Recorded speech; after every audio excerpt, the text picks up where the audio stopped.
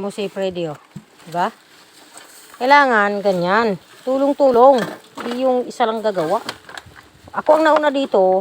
Oh, di ako ang una magpahinga. Siya naman, oh. Diba? Oh. Sakit sa likod ang ginagawa. Pero exercise yan. O, diba? Oo po, tatayo. Oo po, tatayo. Magbilang ng 3, nakatagod na kayo. 1, 2, 3. Tapos na ako. Diba? Grabe talaga. Ayan mga kaibigan yung aming mga kalakal. Ayan. Ayan mga kaibigan ng aming kalakal. Hanggang dito sa likod ko.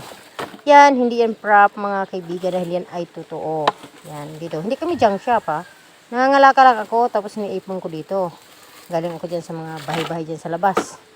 So pag uwi ko, makakuha na ako ng kalakal. Dito ko siya itambak. Diba? Pagkatapos ko dito itambak, ayun, katulad ngayon, na kailangan na namin ibinta kasi,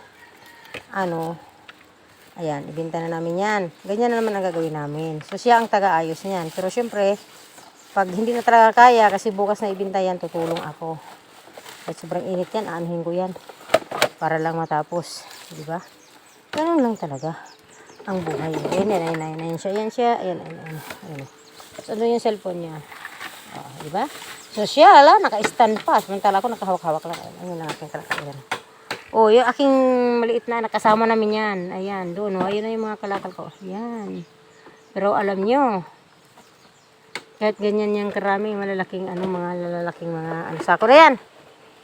Hindi ko sasabihin. Kasabihin nyo, ay, ganun lang pala ang niyan. Tapos ang hirap-hirap kunin, di ba? Kahit ganun lang. Ilang yan. Tsaga-tsaga lang. O, di ba? Ayan, bye-bye na. Freddy, bye-bye ka na nga kaya, Freddy. O, di ba?